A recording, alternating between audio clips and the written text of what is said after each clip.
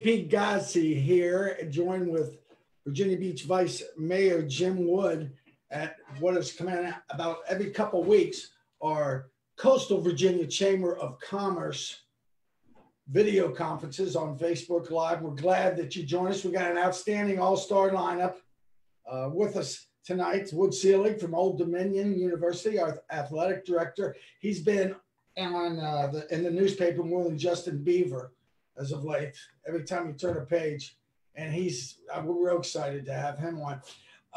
A classmate of mine, Dr. Scott Miller, is going to join us at the bottom of the hour. He and I graduated from West Virginia Wesleyan back in '79. Look forward to talking to him. And then there's a lot of things to talk about with our vice mayor about. I encourage anybody that has questions to comment here on Facebook. We'll try to get them on the air. I'm going to see those right here on my computer and be able to read some of them out if they're appropriate. But the Coastal Virginia, you know what I mean, don't you? Yeah, I do. Our chairman, the great leadership of Gary Bylick is out of town, couldn't be here, so I'm the director of the organization. We invite you to come to the website and join us. Membership start as low as $250 for a three-man mom and pop pizza shop kind of a thing, up to $5,000 for our charter members. And we thank all of those members that have been so kind to join us. We started this thing at the worst time, January 15th. And we kind of had to put the brakes on some things, but we're still hosting these events. We had Morgan Davis on our first one, and Senator Kiggins and Delegate Jason Myers. Those are on the website. Bobby Scott was on with us, Congressman, 2 weeks ago. And of course, yesterday, that'll be posted right after we go off the air at 7. Yesterday, Ryan Zimmerman was on, of course, a local guy, all-star first baseman from the defending world champion Washington Nationals. Jim, it looks like they're going to have baseball back July 4th. Maybe Wood can talk to us about some of that. We're not going to waste any more time because I know people want to hear what Wood Selig has to say. Lots going on in the world of sports, and colleges obviously are having a lot of pressure financially if they're going to get the football season started, and if so, when. Full schedules, empty stands, all that. But Wood Selig, great having you here. We're so glad. You and I have met one time. I was doing a radio show, and I had a sports press pass to go to the football, basketball, wrestling matches, etc. And I was up in one of the sky boxes or something. I'm sure you don't remember me from Adam, but you were very gracious to me. You steered me into a place to get a beer or something, I think. Well, I'm glad I took care of you. That's good. Welcome. What's going on in the world of sports at Old Dominion? Well, we're trying to watch the national landscape and trying to predict the future like all of us. It's just we have no idea what that future will look like.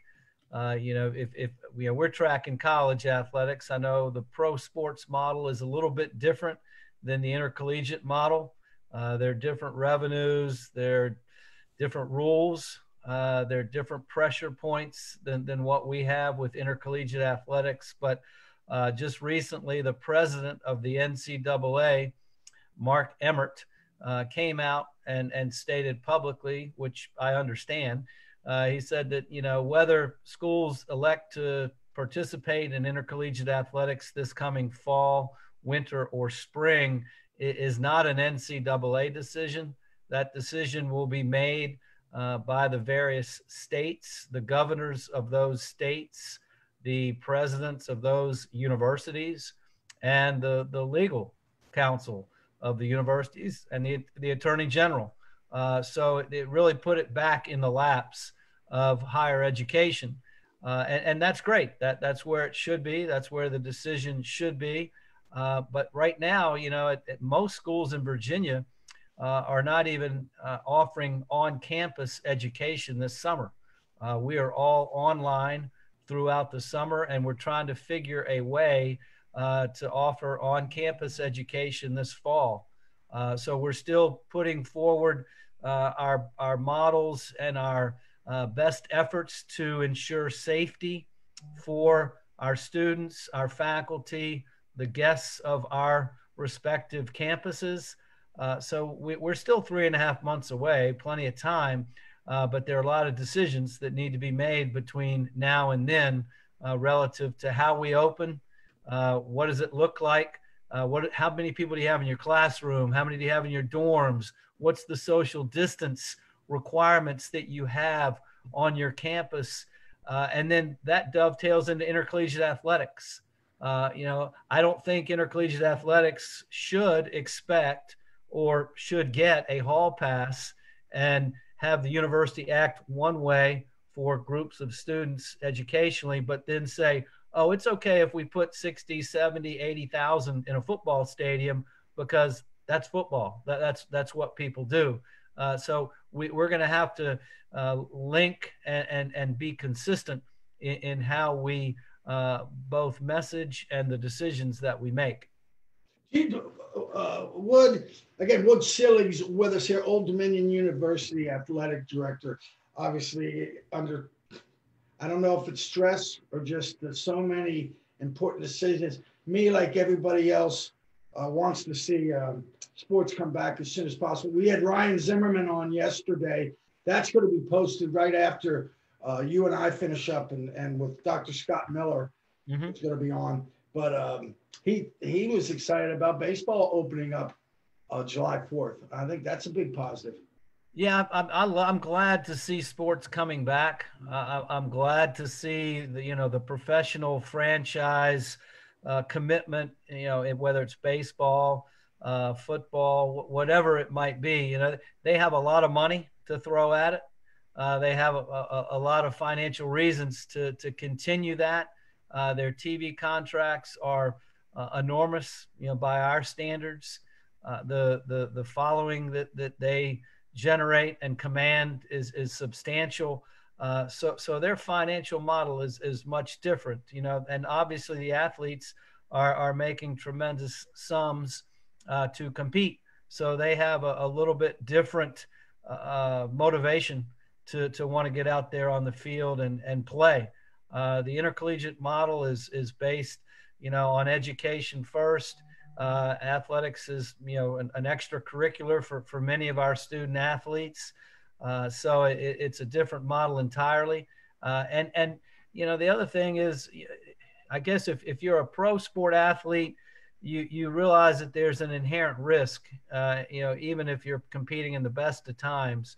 If you're an intercollegiate student athlete, I have a hard time thinking that we're going to tell our students to act and operate one way, but then we're going to tell our football players who are in contact all the time during drills and during competition that forget about social distance for these next 2 or 3 hours. It's going to be okay. And what happens if all of a sudden the virus starts running through a team? You see what flu does and how quickly flu runs through a team.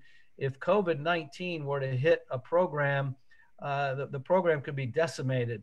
And if we were to, God forbid, have a death among a student athlete as a result of our negligence or pushing the envelope, so to speak, I can only imagine the lawsuits that would follow. Again, different than the pro model completely. Isn't that what it's all going to come down to, Jim? You probably agree. Everybody wants to get this thing back open and up because we don't want the disease to be worse than, I guess, the cure, so to speak, what the economy is going to be like. But man, if we open back up in September, some football player comes down with it, and God forbid he's hospitalized and not just quarantined, I can just see this whole thing just shutting right back down again till next year. And that's what we're afraid of. Go ahead, Jim. Yeah, I think you're right. And, and just to Wood's point, if you, forget the lawsuit. I mean, just the feeling of having a kid get sick, all that kind of thing. It would just be horrible. I mean, my nephew, who's a soccer player in Spain, who's 27 years old, in great shape, got it and was out for quite some time and was really ill. and the kids played in 3 Paralympics, and plays like a professional soccer player and stuff. Wow. Goodness. And he very, very good health, and he had it for a while.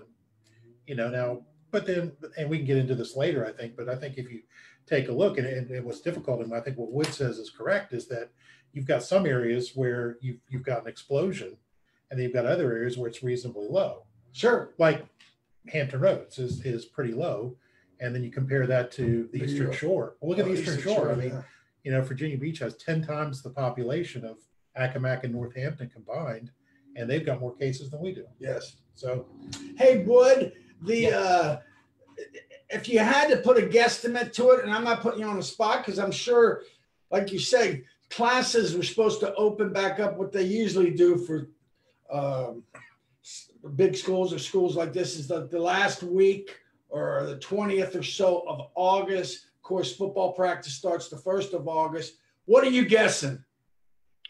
Yeah, well, at Old Dominion, I'm looking at my calendar. I have one of those old-fashioned calendars it's in paper. We're due to start in late August. I believe might be the 24th of August. So athletes need 6 weeks to prepare. The university is going to have to make a decision in late June, early July as to what we're going to look like with on-campus education. And I imagine that athletics will follow the lead of the university, not just at Old Dominion, but at UVA, at Virginia Tech, at William and Mary. Pick your school. I don't think athletics will operate in a universe that's independent of the rest of campus decisions and campus lifestyle, whether people want athletics to or not. So I think it's going to start to become a little bit more clear in early to mid-July. Yeah. As to what our tolerance level might be. And it might be that we can bring people back and we can go ahead and work out and try and stay fit. And we'll just have to make game time decisions based on the status that we may all find ourselves in, because don't forget, when you play, you're competing against another team. And there's no guarantee that the other team that you might be competing against is going to be healthy or available. All you have to do is go to California and look at the schools who've already declared no on-campus education for the fall. You got Fresno State, San Jose State, San Diego State. They've all closed their campuses for on-campus education this fall. So what does that mean now to their intercollegiate athletic programs? Southern Cal is supposed to open up against Alabama the first football game of the year. If California as a state decides not to come back, does Southern Cal field a football team? Does Alabama have an opponent?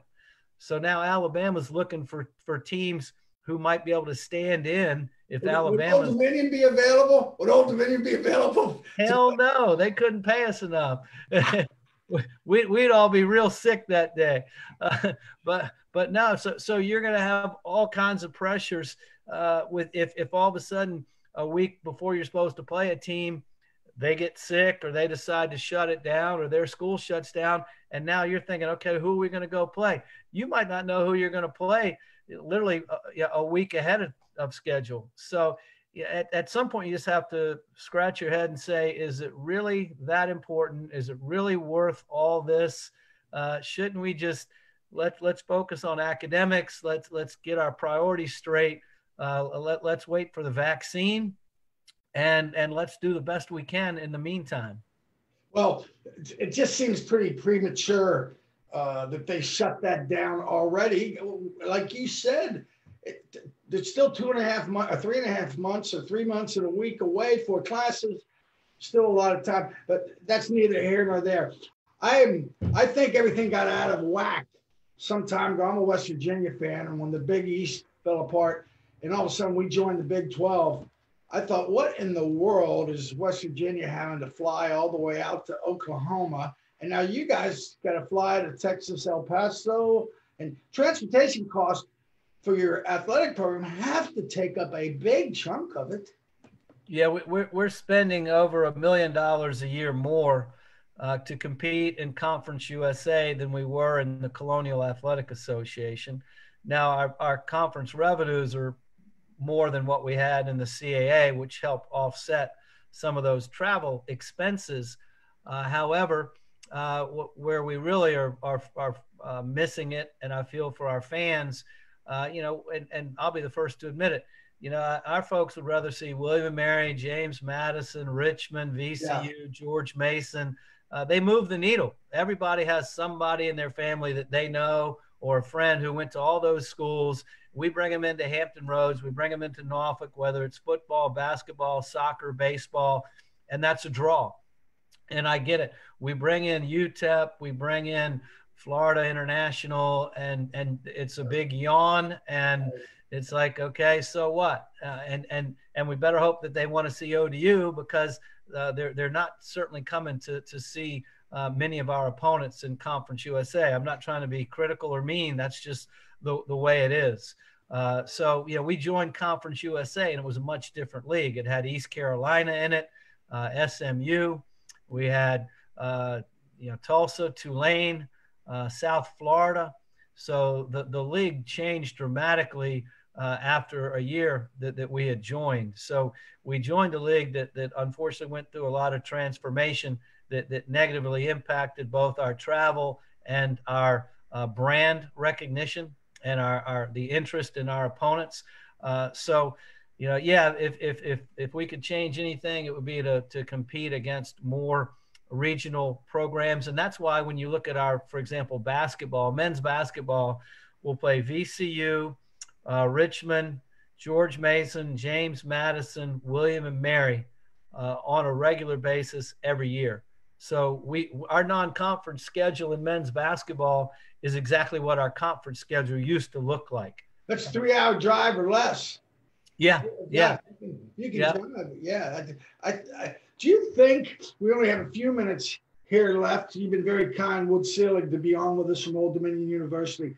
Would you think that if you had a crystal ball, that there's the possibility that the craziness of us playing Tulane and South Florida and Texas, El Paso, that it might consolidate some of these leagues, or they go back to playing games that are closer and regionally? I mean, I could see that West Virginia going back to playing teams that are, Pittsburgh and Penn State and those type of alignments.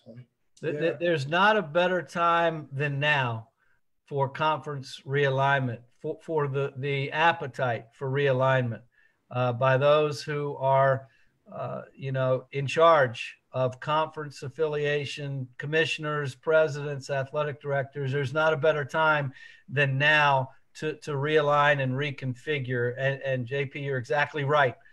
We ought to take advantage of this crisis. Don't let any good crisis go to waste, as the saying goes. But we ought to take advantage of it and use it productively to try and get people back where they belong and get universities competing against like universities in their region and in their home state, not time zones away, which we see with so many of our conferences. So maybe this will be the impetus. And the longer the coronavirus keeps people out of work, away from campus life, and struggling to find the answers, this goes through the fall, the winter, stretches into the spring, there's going to be even more need and desire to realign conference affiliation, in my opinion. Oh, because teams, we need to sell the tickets at Old Dominion. Yeah. That's a big part of our revenue. I said I'd only keep you for 15 minutes. Well, you're good. You're good. Take all you want. I know we got Dr. Scott Miller coming on in about 5 minutes or so. Any thoughts? Because there's a lot of people watching this. We have a lot of people that will turn into it tomorrow because it'll be posted again on the Coastal Virginia Chamber of Commerce website. If you had to summarize your vision for what's going on, what is it? Just wait and see. Yeah, I think we're all in that. You know, we're planning for the worst, hoping for the best. We don't have answers. I truly respect Dr. Fauci. I think he's a rock star, and I put a lot of credibility. Maybe I'm old-fashioned, old school, but you know, I'm not a medical doctor by any means. But listen to him explain how viruses work and how they operate. It's hard to argue that point. And you know, I think we're just doing the best we can with the information that we have, and we're trying to prevent an onset again of more spikes of the virus. But I'm afraid that's going to happen because I'm afraid we're all rushing back to what we were doing before we were sent home 9 weeks ago. This is our 9th week that we've been working from home and off campus. But I think we're getting used to it. And I don't think we're missing anything. We'd all love to be back together soon, but I would dare say that we'd rather be safe than all back together. So we're just taking it one day at a time. I've gotten caught up in a lot of my honeydews at the house, and everybody, there's shelves have gone up, painting's done, pressure washing, all that stuff. I mean, our houses are in the best shape for sale in a long time, right? Well, thanks so much. When this is over, I swear I'm going to call you, and we can go to one of those little hot dog stands right around the corner there at Old Dominion and catch up and laugh about this. We'll go to Perfectly Frank's. That's right on Monarch Way. It'd be great. You're the man. Thanks so much. What's Selig? Thanks, Jim. Go Generals. Always good to see you, Washington and Lee General. You got your West Virginia Wesleyan reunion coming up. We had our WNL reunion right here. Ours was virtual though. Yeah. Sounds good, guys. So have a great night. Thank you. Great. Yeah, that's going to be great. Yeah. Scott, what a good guy. Yeah, I only met him one time, and boy, if you had to surmise his statements and his thoughts, what do you think they are, Jim? Well, you know, conference realignment seems to be a big thing there, and big love it. Once they do it. Yeah, and I can see that because you know when you talk about how these, and I don't know if I should look this way or this way here. You're good looking on both sides. Yeah, I got a perfect face for radio. So you know, it's a state by state thing.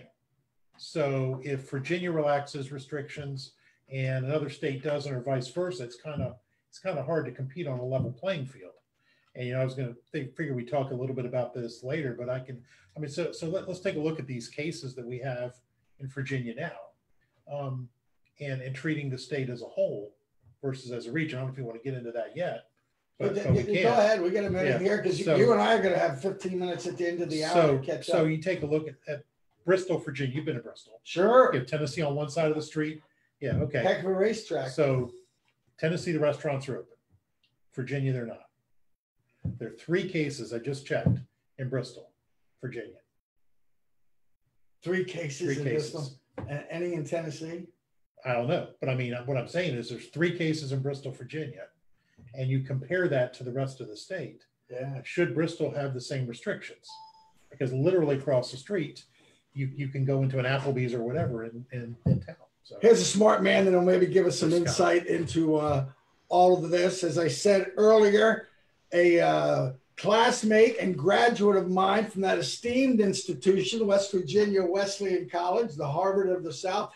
And Dr. Miller, I wore my West Virginia Wesleyan that the president of that university gave me years ago, just in your honor, sir. Welcome. Very good. Good to join you guys. Vice Mayor from Virginia Beach, Jim Miller's with us as well. Good to see you, Jim. Great. Anyway, great. I know how busy you are and all these things that are going on. So I'm going to let you take it right now. How is campus life? Because I don't know if you heard Wood he gave his vision of it from an athletic standpoint as well as academics. Going to go back to normal at Virginia Wesleyan. Well, for the fall, we're still uncertain on athletics. So the NCAA has not been very helpful. And I think our athletic conference, the Old Dominion Athletic Conference, is looking for some guidance from the NCAA. So athletically, we're still having a number of discussions there. It is our intent to open in person on August the 26th. Instead of having new student orientation staggered as it has been in the past in May, June, and July, we're going to take the 2 days prior to August the 26th and do in-person orientation for first years then, and then open the school year in person on the 26th. Is that a Monday? It's a Wednesday, I believe. If for some reason there's a spike during the summer that would disrupt our plans, we have several backup plans. We could shift the start to October the 1st. We will also be prepared to have classes. Our number 2 option really is a hybrid model where the first 6 or 7 weeks could be in a remote format and the last 7 or 8 weeks of the semester, in person. Or even, since we have VWU online, we could, as a last resort, offer classes in an online format. But at a school like ours, a residential liberal arts college where people are coming here to live in Virginia Beach, to take advantage of the amenities that are here, to live and learn in a community that has so many resources, it is our hope that we can safely open on August the 26th. I'm sure that you had a lot of that discussion going on at your Board of Trustees meeting this morning. Right. What was the insight and the feeling and the consensus of that team?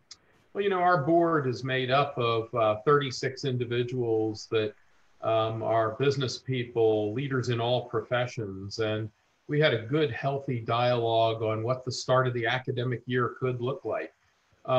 We're not going to come out and go 110 miles an hour if we can't do it safely. Safety is number 1. And yes, there is the economic impact to the business side of our operation, but we realize that college campuses can be a breeding ground for coronavirus, and we want to make sure that everything that we're doing safely. We are fortunate to have some experts involved in the equation. So the CEO of Centera is on our board, and our health center on campus is a contract service with Centera. Our athletic training sports medicine program is a contract service with Centera. So we have some of the best minds giving us advice from the Centera system, which has been a tremendous asset.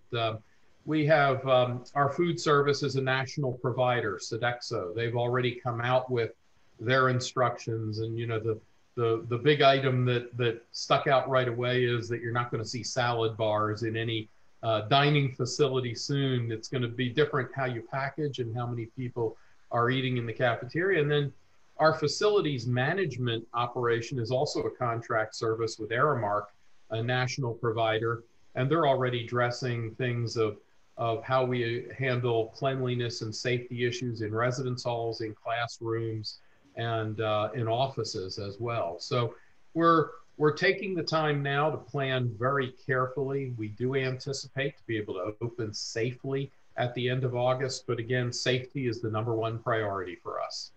The soccer team, I mean, you have so many good athletic programs. Yeah. That gym is just beautiful. I get Town Bank gave you $1 million or something. Yeah. Morgan Davis was just here a couple weeks ago. What a good friend. Right. 4 or 5 weeks. Oh yeah, he's a great buddy of mine. Love him. But your athletic teams, I don't know if you heard what Wood Selig said, but what are you envisioning? Well, in one regard, we're fortunate not to have football because that seems to be the centerpiece of all the discussions with the NCAA right now. Our fall sports programs, men's and women's soccer, women's field hockey, men's and women's cross country, volleyball, those are sports where there is incidental contact but at the same time, it poses a very interesting health and safety concern. And that's where we're really looking for some guidance, some assistance from our conference and the NCAA as well. You know, it's a very legitimate concern for all. And we're approaching and we're listening to what everybody has to say. We have 8 organizations that are regularly weighing in with us on options, and we'll make the best decisions at the right time to operate in a safe and efficient manner. So this kind of goes back to what Wood was saying when he was talking about conference realignment and that sort of thing. And you're fortunate because you're ODAC. Right. So predominantly you've got powerhouses like Washington and Lee and the other schools. And I don't know what the other ones are. Just kidding. Washington and Lee, you know that's where he went, Scott. Yeah, right? but I mean, you've got W&L, Hampton, Sydney, Emory, and Henry, all of the Virginia schools. And you know who's won more national championships than any of those? Right here in Virginia Beach. You know what I will say about those institutions, the 14 schools in the ODAC, while we are intense competitors on the athletic fields and on the courts, we are cooperative friends when it comes to issues like this. And I told our board this morning that something that really impressed me is that the 14 or 15 presidents from the ODAC schools, the Virginia Foundation of Independent Colleges institutions, the 15 presidents are regularly in dialogue, and they're saying to each other, here are some best practices items that we picked up that we think can help the rest of the group. So when you have 15 experienced college presidents of like-minded institutions that are sharing information, that are talking out solutions, yes, we hate each other when it comes to athletics, but in a crisis situation like this, the spirit of cooperation has absolutely been phenomenal, and it speaks to the spirit of the Commonwealth. Yes, I didn't know that all the schools in the ODAC are all Virginia schools? We have Guilford out of North Carolina, and that's the only out-of-state institution in the ODAC. Amazing. Yeah. The how has the video teaching, training, the classroom sessions been going? Because I guess you've probably done a bunch of these video conferences. Was your Board of Trustees meeting today in person? Yes, entirely. In person? We excuse me? Was it in person or video? No, entirely in Zoom. In Zoom, gotcha. And okay. 36 people on Zoom, and it was a new experience for them, and you know, naturally, but it did go very well. You know, to have 3 hours of one meeting on Zoom was an interesting experience for all. Good. But you know, we kicked off in 2017. We started an online division that's called VWU Online, where for older adults, we're offering graduate degrees and degree completion programs. And as a part of that, we started training in 2017 for our faculty, telling them all that at some point we expected them to be teaching in our online program. And so for the last 3 years, using outside consultation, we've been educating our faculty in how to take outstanding classroom teachers and move their programs to an online format. So when it became evident in March that we were going to be finishing the semester in a remote model, you know, most of them responded pretty well to it and have been extremely effective with it. And I appreciate the fact that they flipped on a dime and converted their classes to the online format, because it's been extremely helpful to our students and to the institution. And one thing that I've also been impressed with, we opened registration for summer school this year in an online format, and our pre-registration for summer school is twice as large as what it was last year, which was a record year. So our students apparently are adapting to the transition well, and are going to take advantage of some social isolation to work on their studies, which is encouraging also. Scott, Dr. Miller, Dr. Miller, it's hard for me not to call you Scott. I mean, we went to college 4 years together, and That's cool. And we probably got some stories that we could share that will be just kept between you and I. Oh, I thought we always saw each other in the library. Yes, exactly. The $1 million question, I can't understand. This is like in the elementary and high schools and in colleges.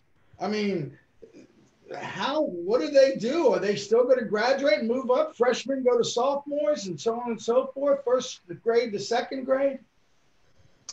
I think most states are being reasonable about this, and they have reasonable mechanisms in place to assist schools at the public level. I think we all understand that these last few months, it's been a crisis and a response to an emergency, and hopefully isn't going to be something that's there for years. I think most are optimistic that a 12 to 18 month period will bring this into containment. But, we're all in this together, and we need to look at reasonable ways to work together to provide practical solutions and to help each other. And I've seen and heard many different ways that public school teachers are still working with their students, even in a remote format. And that's encouraging as well. Let's talk about the financial strain. First of all, are you going to have more or less students, status quo? And how much of a burden are you going to have to dip into the endowment of the university? Yeah, we have not had to dip into our reserves or into the endowment. We have been building the last 4 years in particular, reserves that are considered to be appropriate for a school of our size and operating budget. So, generally a school like us, without if classes were to stop today, the good schools want to have 3 or 4 months of unrestricted reserves in the bank. And so we've been fortunate in that regard. We did get some stimulus money that has helped also.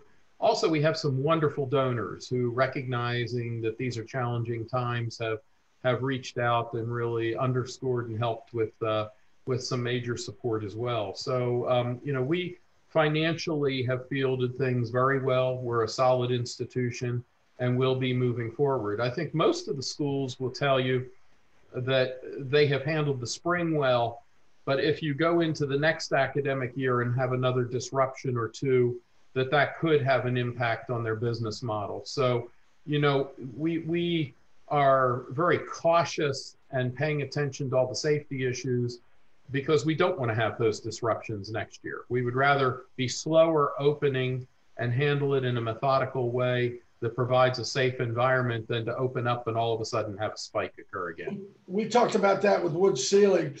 God forbid if something happened in September and they were already into the football season, they were already into the classes, and I guess then everybody just throws the brakes on it. We start all over and we're back to video classes. The seasons are canceled. He said that in California, they canceled all sports and classes till January. A sad ending for our graduating students this year is that the spring athletes lost their season halfway through. And, we have won 2 national championships in women's softball in particular. Yay. And, finished 4 regular seasons in a row as the #1 team in the country.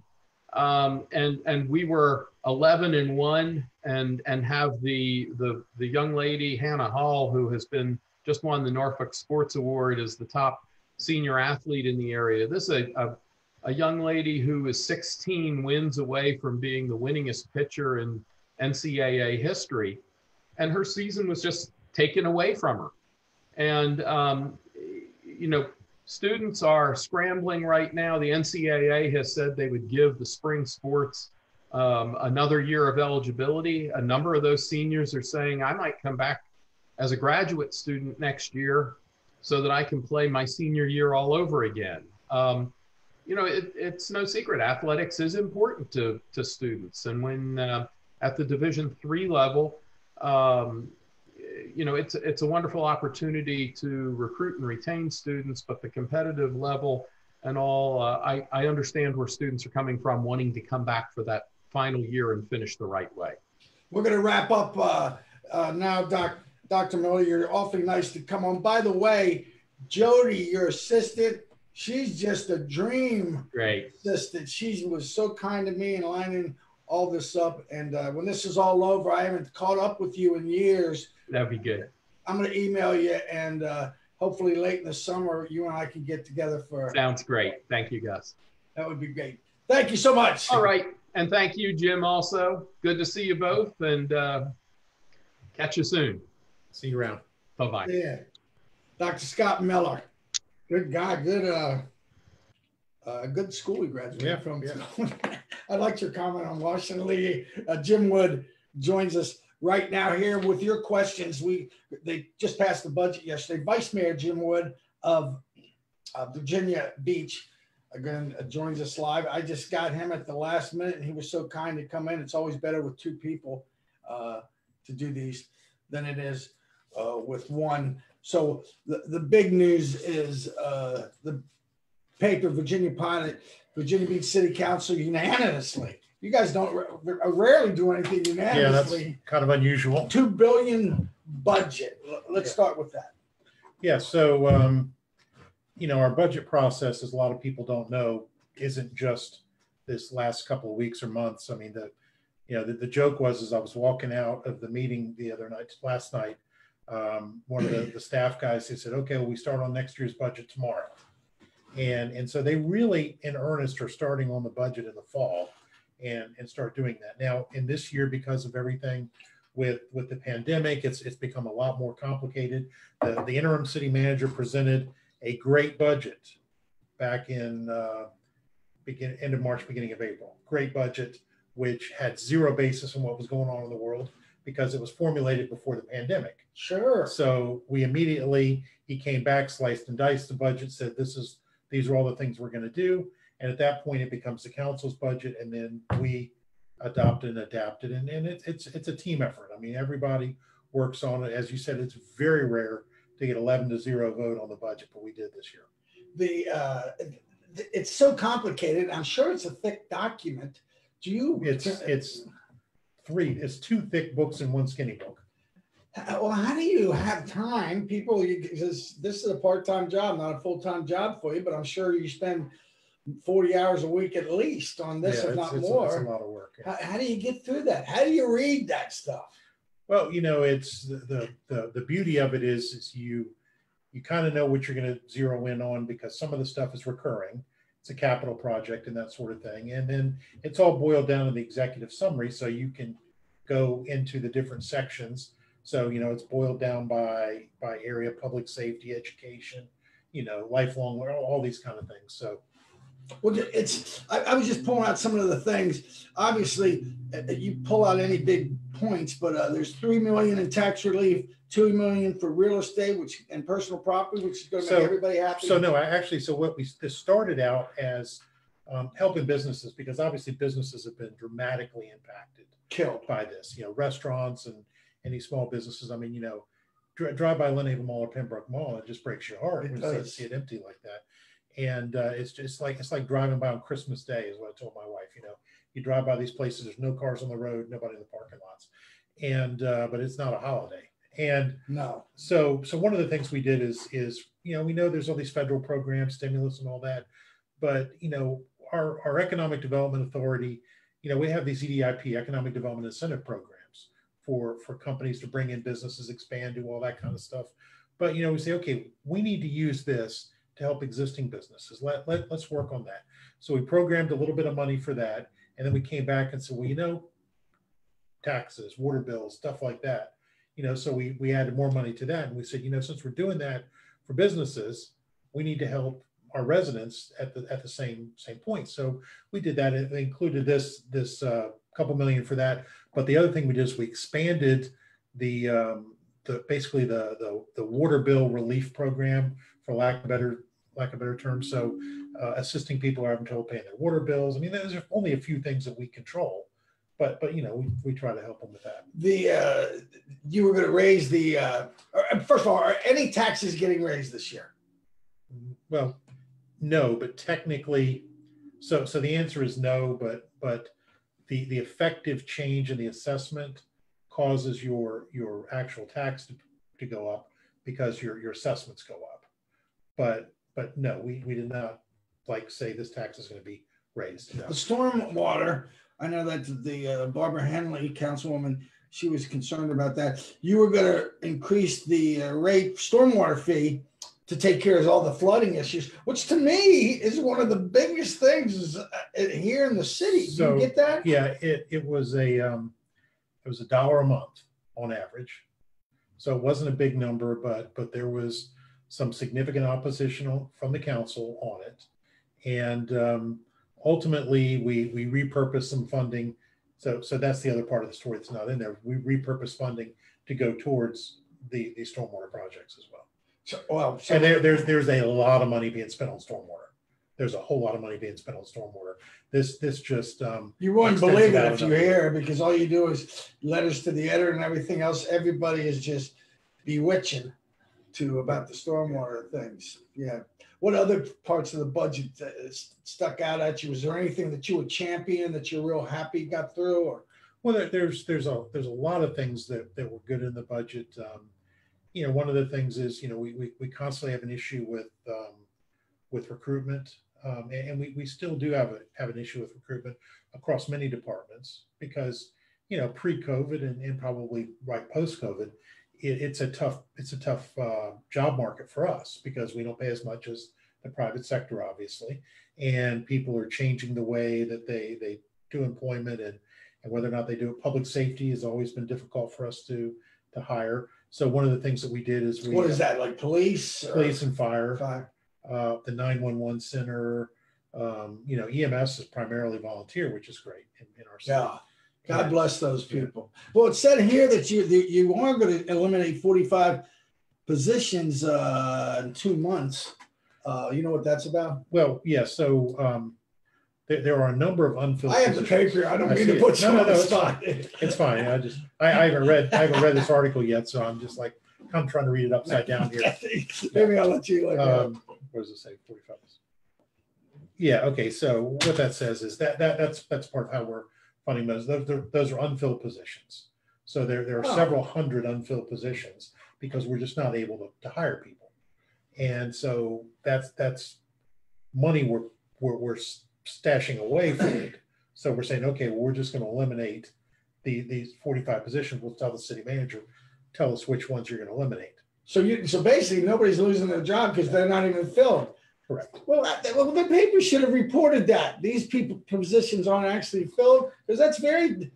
First thing I thought was 45 people were going to be without their paychecks. No. Let's talk about the beaches here with Vice Mayor Jim Wood of Virginia Beach. They're just having a wonderful conference call. We hope you're enjoying it again here on the Coastal Virginia Chamber of Commerce video Facebook Live events that we're having, and the beaches. Obviously, they're opening up to Friday a little bit because you can sit outside at some of the outside patio restaurants, is what I read in the paper. So what the governor has said is in part phase 1, which starts Friday, in terms of restaurants. And this is something else we're doing. We have a special meeting tomorrow to address some things here. Is restaurants are still closed only for takeout and delivery only, except he's now saying 50% of your existing outdoor seating can be used. Amen. That's great. So here's what we're doing. And this is something that the mayor and I are sponsoring tomorrow. It's an ordinance that Bobby and I are both sponsoring. Bobby together. D, we hope you're looking. And it is to basically streamline the process and to allow restaurants citywide, whether it's at the resort, whether it's town center, Kempsville, right here, anywhere else, to utilize the property around their restaurants for temporary outside